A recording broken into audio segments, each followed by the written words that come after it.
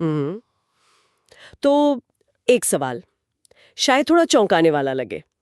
क्या 52 साल की उम्र में कोई महिला या कोई भी त्रिकोणीय प्रेम मतलब लव ट्रायंगल अनुभव कर सकता है?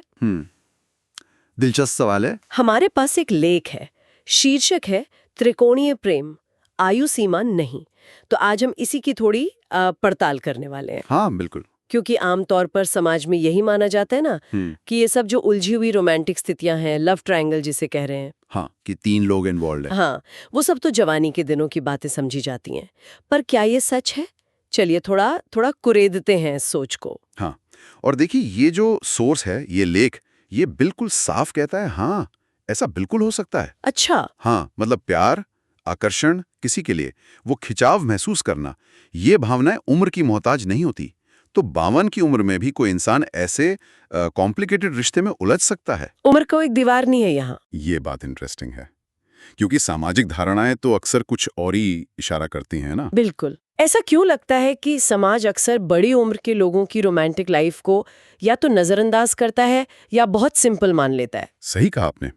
और लेख इसी बात पर जोर देता है। देखिए, सामाजिक उम्मीदें चाहे युवाओं पर ज्यादा टिकी हों, लेकिन दिल के मामले, वो जो रिश्तों की भावनात्मक गहराइयां हैं, जो पेचीदगियां हैं, वो उम्र देखकर नहीं आती। मतलब 22 साल का इंसान जिन भावनाओं से, जिन दुविधाओं से या मान लीजिए जलन से गुजर सकता है, हाँ। वही अनुभव, वही फीलिंग्स 52 या 62 साल के व्यक्ति को भी हो सकती हैं। हाँ, ये हो सकता है कि उनका नजरिया थोड़ा अलग हो, ओके। या सिचुएशन को संभालने का तरीका अलग हो, शायद ज्यादा मैच्योर हो, पर भावनाएं तो वही रहती है ना। तो इसका मतलब ये हुआ कि उम्र चाहे जो भी हो, इस तरह के रिश्ते में जो जो एक इमोशनल उथल-पुथल होती है, हाँ बिल्कुल।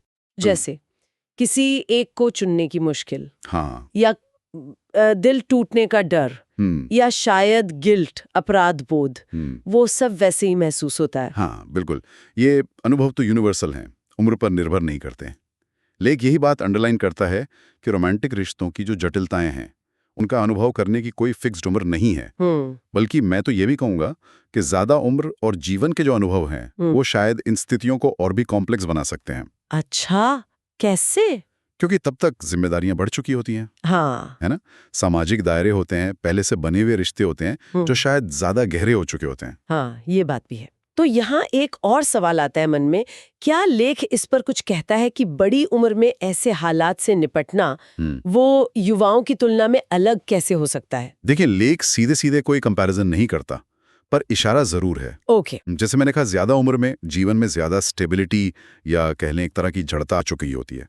तो ऐसे में कोई नया रोमांटिक आकर्षण या फिर ये त्रिकोणीय स्थिति बनना, वो ज्यादा उथल पुथल मचा सकता है। राइट। शायद फैसले लेना ज्यादा मुश्किल हो सकता है। राइट। क्योंकि दांव पर ज्यादा लगा होता है सालों पुराने रिश्ते, परिवार, समाज में इज्जत वगैरह। हाँ बिल्कुल। युवाओं के पास शायद तुलनात्मक रूप से खोने के लिए कम होता है, या वो बदलाव को लेकर थोड़े ज्यादा फ्लेक्सिबल हो सकते हैं। तो ये सब जानने के बाद इसका निचोड़ क्या निकालें हम?